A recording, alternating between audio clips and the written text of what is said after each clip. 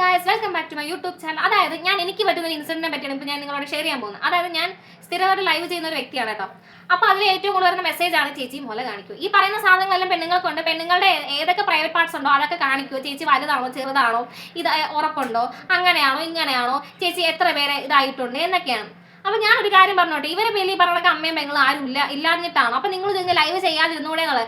As A content creator ഞങ്ങൾ live ചെയ്തിട്ടാണ് ഞങ്ങൾ കൂടുതൽ നമ്മുടെ ആൾക്കാരിലേക്ക് എത്തുന്നത്. അതായത് നമുക്ക് കോണ്ടന്റ് റീച്ച് ഇല്ലെങ്കിൽ നമുക്ക് ലൈവ് ചെയ്ത് നമുക്ക് അത് ബാക്കിയുള്ളവർക്ക് നമുക്ക് കണക്ട് ചെയ്യാൻ പറ്റും.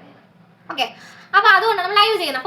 അപ്പോൾ ഒന്ന് നിർത്തിപ്പോടി, നിനക്ക് നാണമില്ലേടി, ലൈവ് ചെയ്യുമ്പോൾ പറഞ്ഞ മെസ്സേജസ് ഒന്ന് നിർത്തിപ്പോടി, എനിക്ക് നാണമില്ലേടി. നമ്മളിങ്ങനെ ഇറിറ്റേറ്റ് ചെയ്യാൻ വേണ്ടിയിട്ട് ഇങ്ങനെ ഓരോരോ മെസ്സേജ് ഇങ്ങനെ ഇട്ടോണ്ടിരിക്കും ആൾക്കാർ.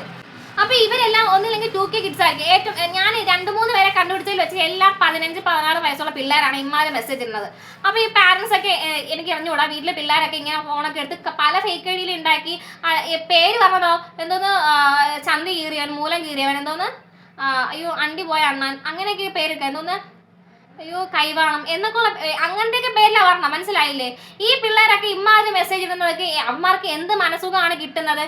നിന്റെ ലൈവ് കണ്ടിട്ട് ഞാനിപ്പോൾ എൻ്റെ പ്രൈവറ്റ് പാർട്സിൽ പിടിച്ചുകൊണ്ടിരിക്കുന്നു, അങ്ങനത്തേക്കുള്ള മെസ്സേജാണ് പിള്ളേർ കൂടുതൽ മെസ്സേജ് ഇടുന്നത്. അപ്പോൾ ഈ പിള്ളേർക്കൊക്കെ ഇത് പറയുമ്പോൾ എന്ത് മനസ്സുഖമാണ് കിട്ടുന്നുള്ളത് എനിക്ക് അറിഞ്ഞുകൂടാ.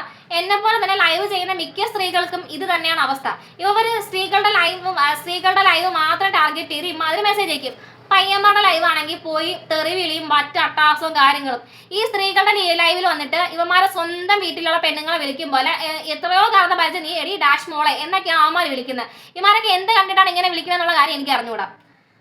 അയ്യോ കേരളത്തിലെ പുരുഷന്മാർക്ക് ഇത്രയ്ക്കും ദാരിദ്ര്യമാണെന്നുള്ള കാര്യം നമുക്ക് ലൈവ് ഇടുമ്പോൾ തന്നെ നമുക്ക് മനസ്സിലാവും കേട്ടാ. ഇതിന് മാത്രം അവന്മാർ പറയാനിരിക്കുന്നത്.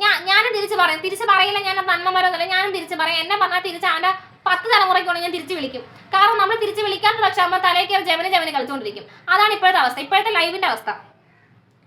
അപ്പൊ ഞാനിപ്പോ ഇങ്ങനെ ഒന്ന് പറഞ്ഞെന്ന് വെച്ചാൽ ഈ പിള്ളേരുടെ പോക്കൊക്കെ ഇത് എങ്ങോട്ടാണെന്നൊന്നും എനിക്ക് അറിഞ്ഞൂടാ. ഈ പിള്ളേരാണ് ഭാവി വലുതാവണമെങ്കിൽ അവരുടെ മക്കളും അവരുടെ മക്കളുടെ മക്കളും അവരെല്ലാം ഇത് തന്നെ ഫോളോ അപ്പ് ചെയ്യും. മനസ്സിലായില്ലേ? അപ്പൊ ഇന്നത്തെ വീഡിയോ ഇത്രയൊക്കെ എനിക്ക് ഇത്രയൊക്കെ പറയാനുണ്ട്. എൻ്റെ മനസ്സിൽ തോന്നിയ ഒരു കാര്യമാണ് ഞാൻ പറഞ്ഞത്. അപ്പോൾ ഓക്കെ, ബൈ.